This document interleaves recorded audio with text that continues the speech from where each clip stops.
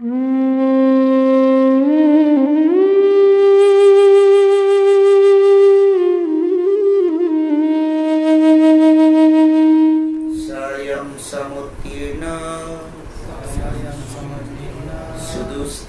দুমন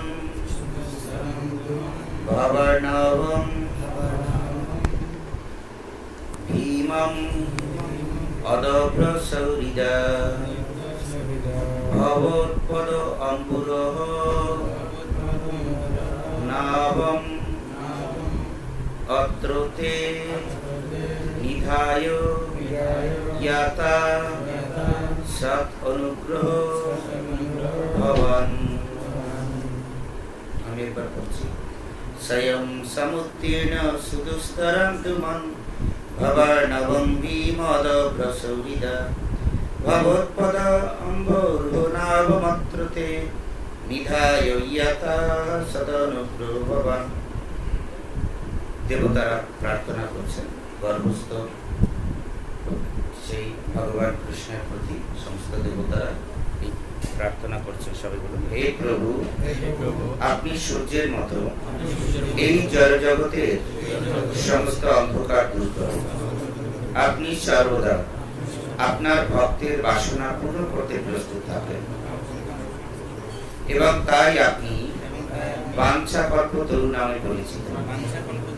ভয়ঙ্কর ভবসাগর পার হওয়ার জন্য আচার্যগণ যে পন্থা অবলম্বন করেছে তারা এই জগতে সেই পন্থাটি রেখে গেছে এবং যেহেতু আপনি আপনার ভক্তদের প্রতি অত্যন্ত কৃপালু, তাই তাদের সাহায্য করার জন্য আপনি এই পন্থা অবলম্বন করেন।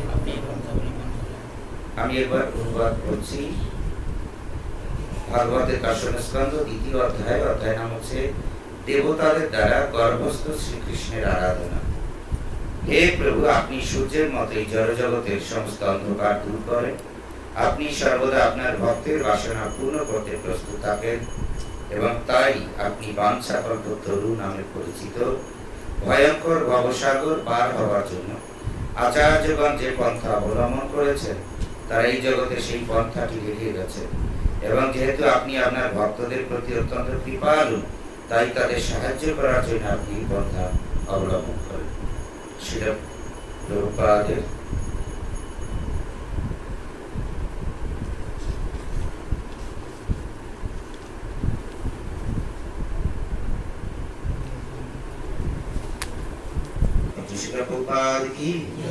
এই উক্তি থেকে জানা যায় কিভাবে দয়ালু আচার্যগণ এবং দয়ালু ভগবান একসঙ্গে ভগবত ধামে ফিরে যেতে আগ্রহী ঐকান্তিক ভক্তকে সাহায্য করেন।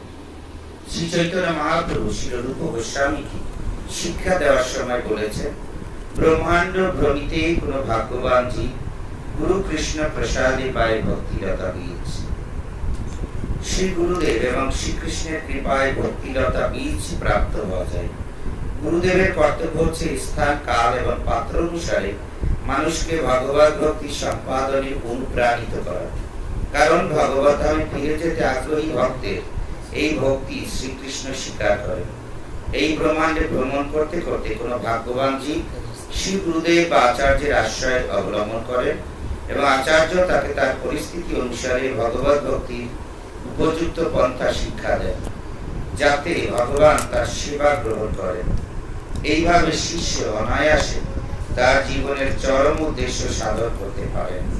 তাই আচার্যের কর্তব্য হচ্ছে শাস্ত্রের নির্দেশ অনুসারে ভক্তকে ভগবানের সেবা করার উপায় প্রদর্শন করা।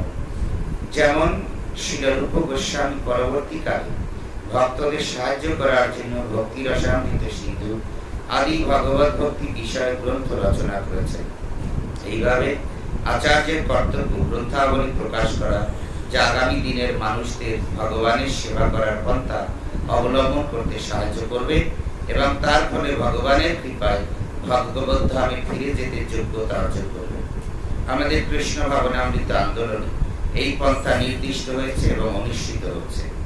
এইভাবে ভক্তদের অবৈধ স্ত্রী সঙ্গ, আশ্রপান, আমিষাহার এবং দ্রুতক্রিয়া এই চারটি পাপকর্ম থেকে বিরত হয়ে প্রতিদিন 16 মালা হরে কৃষ্ণ মহামন্ত্র জপ করতে উপদেশ দেওয়া হয়। এগুলি প্রামাণিক উপদেশ। যেহেতু পাশ্চাত্য দেশগুলিতে নিরন্তর ভগবানের নাম জপ করা সম্ভব নয়, তাই কৃত্রিমভাবে হরিদাস ঠাকুরকে অনুকরণ না করে এই পন্থাটি অনুসরণ করা কর্তব্য।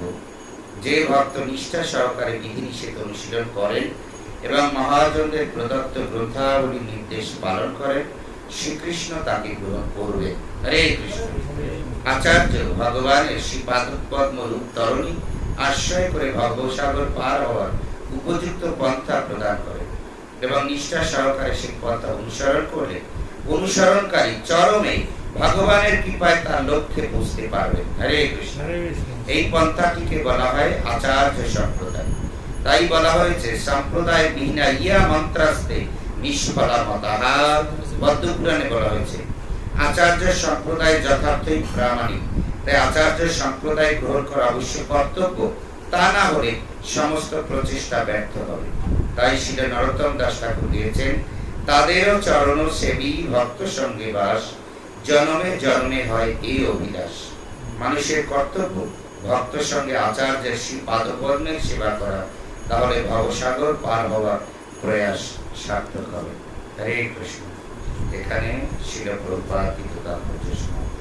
শিল প্রভুপাদ কি তোমার জ্ঞান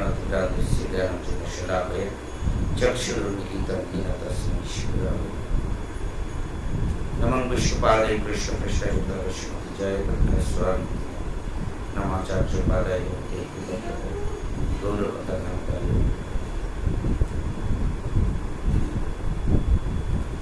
এই শ্লোকে এটি একটি বিশেষ তাৎপর্যপূর্ণ শ্লোক, যেটি দেবতারা সেই দেবকীর গর্ভে অবস্থানরত ভগবান শ্রীকৃষ্ণের উদ্দেশ্যে প্রার্থনা নিবেদন করছে। তো সেখানে বলা হয়েছে যে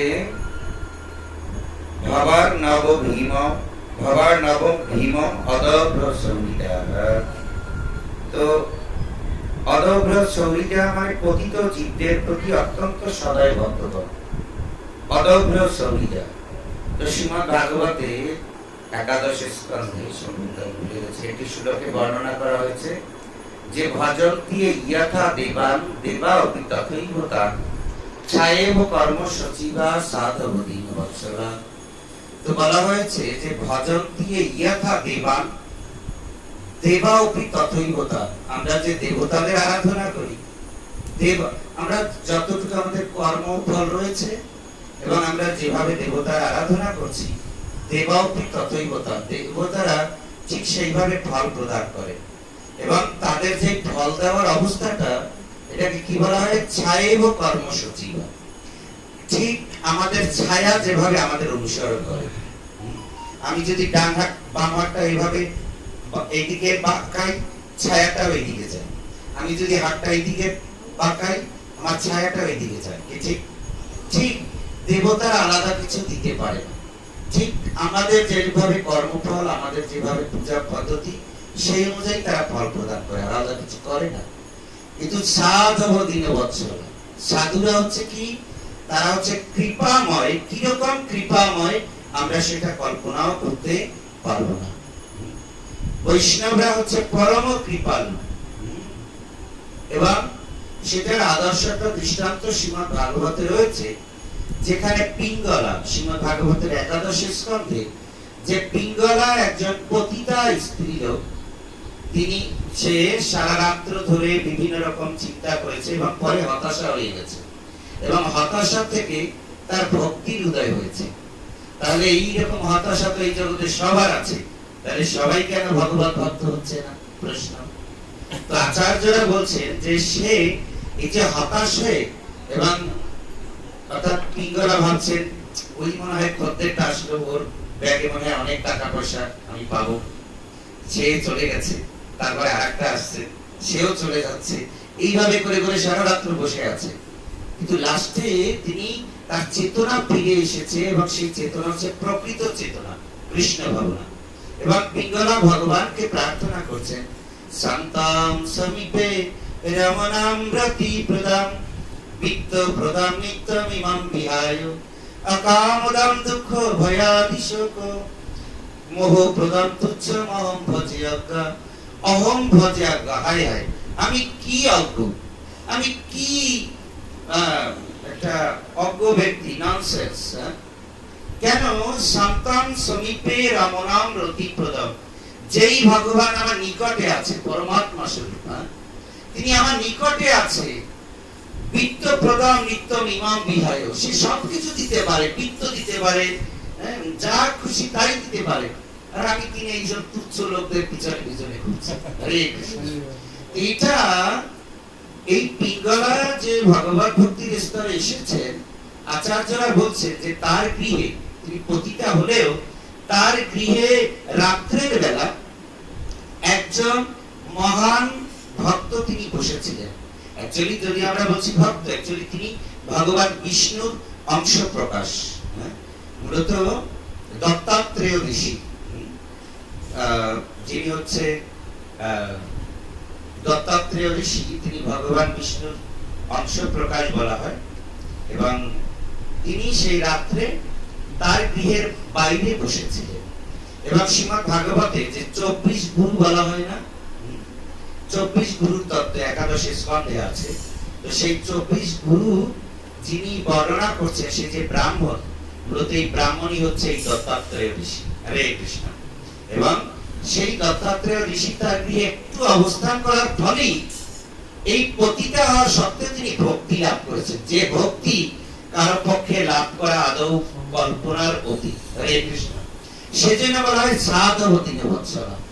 সাধুরা হচ্ছে প্রকৃত দীন, তারা বিচার করে না কতটুকু দিয়েছে আর কতটুকু নিয়েছে, তারা একটু শ্রদ্ধা পেলেই তাকে ভক্তি দান করছে। হরে কৃষ্ণ। ইভেন আমরা দেখি যে গজেন্দ্র, যেই গজেন্দ্রকে কুমিরে ধরেছে অষ্টম স্কন্ধে, সে আর্তনাদ করছে, কিন্তু দেবতারা আকাশ মার্গে তারা বসে আছে, কিন্তু কেউই তাকে সাহায্য করছে।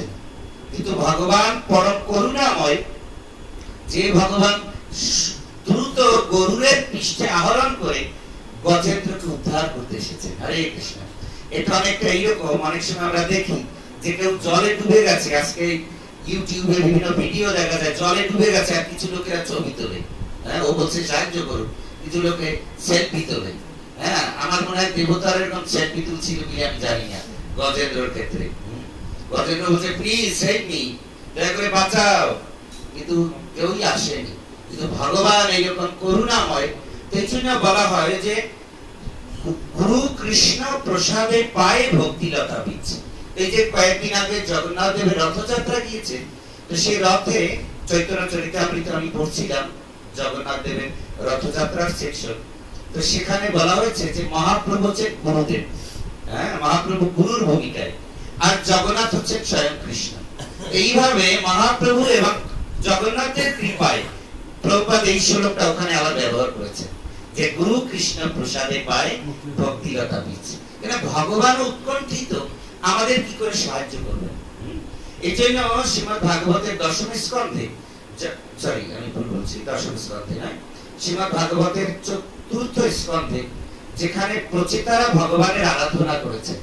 তো ভগবান যখন আবির্ভূত হয়েছেন প্রচেতাদের সামনে, তো প্রচেতারা একটা প্রার্থনা করেছে। কি প্রার্থনা? নমো বিশুদ্ধ সত্তায় হরয়ে হরি মেধসে বাসুদেবায় কৃষ্ণায় প্রভাবে সর্বসত্ততাম। নমো বিশুদ্ধ সত্তায়, হে ভগবান, আপনি হচ্ছেন সমস্ত জড় স্তর থেকে সম্পূর্ণ মুক্ত, আপনি হচ্ছেন পরম বিশুদ্ধ স্তরে অধিষ্ঠিত। হরয়ে হরি মেধসে, এই শব্দটা খুব তাৎপর্যপূর্ণ। কি? হরয়ে হরি মেধসে। মেধা মানে কি? মেধা মানে কি? বুদ্ধি। ভগবানের বুদ্ধি সবসময় ভাবছে হরয়ে হরি মেধসে, কিভাবে জীবের দুঃখকে হরণ করা যায়। হরে কৃষ্ণ। সেজন্য ভগবান জগন্নাথ রূপে এসেছেন। তো এখানে বলার বিষয় হচ্ছে, প্রভুপাদ বলছেন যে মহাপ্রভু হচ্ছেন গুরু আর জগন্নাথ হচ্ছেন কৃষ্ণ। এই গুরু কৃষ্ণ উভয়ের লক্ষ্য হচ্ছে কি করে আমাদেরকে মুক্ত করা যায়। এই শ্লোকে ভগবান বলছেন যে আরো এই শ্লোকে খুব সুন্দর একটা বলছেন যে কি বলছেন, সরি এটা কি হয়ে গেছে, আমি ব্রেক করছি, আমি আপনাদের অনেক দেরি করে ফেলছি। এখানে বলছেন ভগবৎ পদ অম্বুরহ নাবম। নাবম মানে কি? নাবম মানে হচ্ছে নৌকা। তো ভগবানের পাদপদ্মকে নৌকার সঙ্গে তুলনা করা হয়েছে। যেই নৌকায় আশ্রয় করে আমাদের আচার্যরা তারা ভবসমুদ্র অনায়াসে পার হয়েছে অলরেডি। এবং বিশেষত্ব কি, আচার্যরা কত করুণাময়! কিভাবে আচার্যরা ওই পারে গিয়ে ভগবত ধামে ফিরে গিয়ে তারা সেই নৌকাটা আবার এই পারে দিয়ে দিচ্ছে। কেন? যেন আমাদের মতো ব্যক্তিরাও সেই নৌকা অবলম্বন করে আমরাও ভবসমুদ্র পার হতে পারি। সেটি হচ্ছে আচার্যদের করুণা। এখন একটা প্রশ্ন হচ্ছে, এই নৌকাটা কি? এই নৌকা আসলে কি? এই নৌকা হচ্ছে প্রকৃত অর্থে শাস্ত্র, ভগবানের নির্দেশ। শাস্ত্রে শ্রীমদ্ ভগবত গীতা, শ্রীমদ্ ভাগবত, চৈতন্য চরিতামৃতে ভগবানের যে নির্দেশ কিভাবে আমরা ভক্তি অনুশীলন করব, সেটি হচ্ছে নৌকা। তা আমরা যদি আচার্যদের নির্দেশ আমাদের জীবনে পূর্ণরূপে পালন করি, তাহলে আমরা নৌকায় আছি এবং সম্পূর্ণ সুরক্ষিত আছি। এবং আমরা যদি নৌকায় অবলম্বন করি, ভালোভাবে আশ্রয় করি, নৌকায় ঝুলে থাকলে চলবে না নিচে, তাহলে দিনে মাঝে অর্ধেক খেয়ে যেতে পারে। তো সেজন্য নৌকার উপরে ভালো করে আশ্রয় করা দরকার, যেন আমরা সত্যিকার অর্থে নিরপরাধে, নিরপরাধে না মানে নির্বিঘ্নে, আবার নিরপরাধও আছে, যেহেতু সবাই সাধু তো এখানে আশ্রয় করেছি, অপরাধটাও না হয় সেটাও অন্য বিষয়, কিন্তু নির্বিঘ্নে আমরা যেন ভবসমুদ্র পেরোতে পারি। এবং এখানে বলছেন যে এই জন্য এই পূর্ববর্তী সড়কে বলছেন তৈয়ম বুজায়াক সখিল সত্যধাম্নি সমাধিনা বেশিত সেতু সাইকে তৎপাদ পতেন মহৎকৃতেন কুর্বন্তি গোবৎস পদম ভবাব্দি। তার পূর্ববর্তী শ্লোকে বলা হচ্ছে যে কেউ যদি এরকম নৌকায় আশ্রয় করে, তার কাছে ভবসমুদ্র একটা গোষ্পত্র রয়ে যাবে। একটা গাভীর খুব কতটুকু জায়গা অবলম্বন করে, ঠিক মহাসমুদ্র ঠিক এইরকম ক্ষুদ্র হয়ে যাবে। এটা বলার কারণ হচ্ছে, তার মানে আমরা খুব নিরিবিলি এবং খুব মানে নির্বিঘ্নে আমরা অনায়াসে ভবসমুদ্র পেরোতে পারি। এখন আচার্যদের বিশেষত্ব কি, আমি কয়েকটা পয়েন্ট বলে শেষ দিব। সেটা হচ্ছে শিলা প্রভুপাদ। কেন আমরা ইসকনে রয়েছি, কেন শিলা প্রভুপাদের তত্ত্বাবধানে, সেটা খুব গুরুত্বপূর্ণ আমাদের জীবনে। অ্যাকচুয়ালি শিলা প্রভুপাদ যে পন্থা দিয়েছেন, সেটি হচ্ছে সর্বশ্রেষ্ঠ পন্থা। এবং কেন বলছি কথাটা, শ্রীমদ্ ভাগবতের ধ্রুব মহারাজের সেকশনে, যেখানে নারদ মুনি ধ্রুব মহারাজকে উপদেশ দিচ্ছেন কিভাবে ভগবানের আরাধনা করতে হবে। সে 5 বছরের বালক, একটা 5 বছরের বালক কিভাবে আরাধনা করবে? তো নারদ মুনি তাকে উপদেশ দিয়েছেন যে গঙ্গা স্নান করা, ভগবানের নাম জপ করা, ভগবানের শিবলিঙ্গ আরাধনা করা, এভাবে ধ্রুব মহারাজ উপদেশ দিয়েছেন। তো শিলা প্রভুপাদ সেই তাৎপর্যে বলছেন যে ধ্রুব মহারাজকে নারদ মুনি বলছেন গঙ্গা স্নান করতে, তাহলে কেউ যদি পাশ্চাত্যে থাকে, সে কোথায় গঙ্গা পাবে? সে কি প্রত্যেকবার ফ্লাইটের টিকিট কেটে ভিসা পাসপোর্ট করে প্রতিবার ইন্ডিয়া আসবে গঙ্গা স্নান করার জন্য?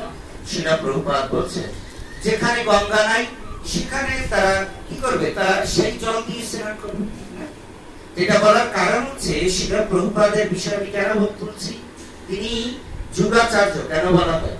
শিলা প্রভুপাদ এই যুগের আচার্য, কেননা বর্তমান কলিযুগের যে পরিস্থিতি, সেটা তিনি দেখেছেন সচক্ষে, তিনি এক্সপেরিয়েন্স করেছেন পাশ্চাত্যে, যেখানে কিরকম জঘন্য জীবন লোকে যাপন করে। সেই অনুযায়ী শিলা প্রভুপাদ ইনস্ট্রাকশন দিয়েছেন কি করা উচিত। তো এই জন্য এইটি হচ্ছে যুগাচার্যের কাজ। এই জন্য আমরা অনেক আচার্য আছে, জীব গোস্বামী আছে, সনাতন গোস্বামীর হরিভক্তি বিলাস আছে। আপনি যদি হরিভক্তি বিলাস পড়েন, আপনার আর ঘরের বাইরে যাইতে হবে না, আপনি ঘরেই থাকতে হবে। হ্যাঁ, কেননা প্রতি মুহূর্তে আপনাদের মন্ত্র উচ্চারণ করতে হবে, বহু মন্ত্র আছে। তো আচার্যরা কি করেন? কারেন্ট আচার্য, যিনি বর্তমান আচার্য, তিনি বিচার করেন এখনকার জন্য কোনটি উপযুক্ত। এটি হচ্ছে গুরুত্বপূর্ণ। তো আরেকটা বৈশিষ্ট্য আমি বলে দিচ্ছি।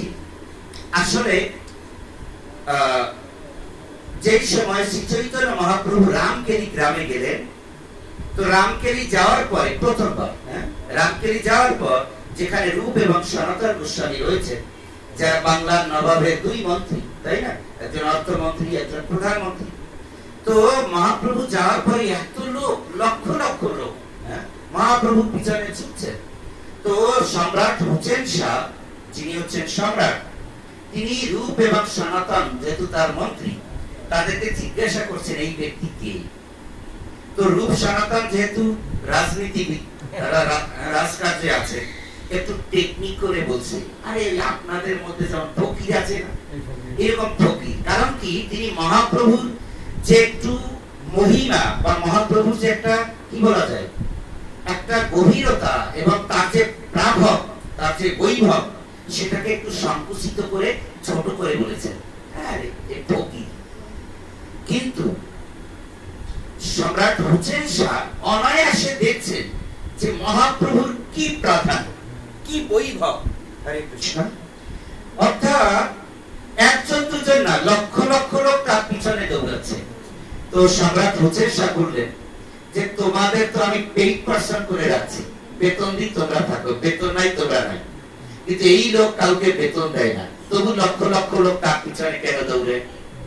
এটা বলার কারণ হচ্ছে এই যে মহাপ্রভুর যে বৈভব, তার যে ঐশ্বর্য, এটাকে আসলে অস্বীকার করার কোনো উপায় নেই। আসলে শক্তিকে কেউ অস্বীকার করতে পারে না, ঠিক? আচ্ছা, কোন লোক যদি এইরকম বলে, মানে একেবারে হাত পা ছেড়ে দিয়ে এরকম, আমি যদি খুব শক্তিশালী লোক, আমি যদি একটা আমার এবারে বলে যাবে, হাত পা ছেড়ে দিতে দিত, কিরকম লাগবে? কিরকম লাগবে? কি বুঝবেন? আসলে ওই লোকটা একটা পাগল। কেননা শক্তির তো প্রভাব আছে, শক্তি তো দেখা যায়, শক্তি অনুভব করা যায়, যে কেউ অনুভব করতে পারে, পারে কিনা?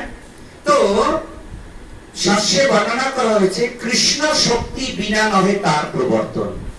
এই যে সংকীর্তন আন্দোলন চৈতন্য মহাপ্রভুর যখন চলছে, এটা স্বয়ং কৃষ্ণ যদি কাউকে এম্পাওয়ার না করে, কাউকে শক্তি সঞ্চয় না করে, সে কোনোদিন প্রচার করতে পারবে না। কোন দিক থেকে প্রবাহিত হচ্ছে? বিভিন্ন রকমের তথাকথিত সাধু, বহু বাবাজি, অমুক সমুক, অমুক গোসাই, তারা বলে আমরা খুব পাওয়ারফুল, আমরাই কিন্তু সৎ সম্প্রদায়। এইসব ইসকন টিসকন আপনারা শুনবেন না, হ্যাঁ? কিন্তু আমরা সারা জগতে যদি একবার তাকাই, আমরা দেখি যে বৈভবটা কোন দিকে যাচ্ছে। সবচেয়ে অদ্ভুত বিষয়, আমি গতকালের এক্সপেরিয়েন্স বলছি, গতকালের। একটা বাড়ি থেকে একটা ছেলে আসছে আমার কাছে, তা আমি দেখছি ছেলেটা আটমালা জপ করছে এবং সে পুরো সাত্বিক আহার, মানে অনেক স্ট্রাগল করে সে ভক্তি অনুশীলন করেছে। তা আমি একটু খোঁজ নিয়ে নিয়ে দেখলাম যে ওই বাড়িতে অনেক আগে একটা ভক্ত ছিল ভাড়া, তো গৃহস্থ বৈষ্ণব, কিন্তু এখন আর থাকছে না। তারা এখান থেকে বহু দূরে, আমার মনে হয় আধা কিলোমিটার 1 কিলোমিটার দূরে তারা চলে গেছে। কিন্তু ওই যে ভক্ত কিছুদিন ওখানে ভাড়া ছিল, সে যে ভক্তি অনুশীলন করেছে, তার প্রভাব সঞ্চারিত হয়েছে ওর হৃদয়ে। হরে কৃষ্ণ। এটা হচ্ছে শক্তি, কৃষ্ণ শক্তি বিনা নহে তার প্রবর্তন।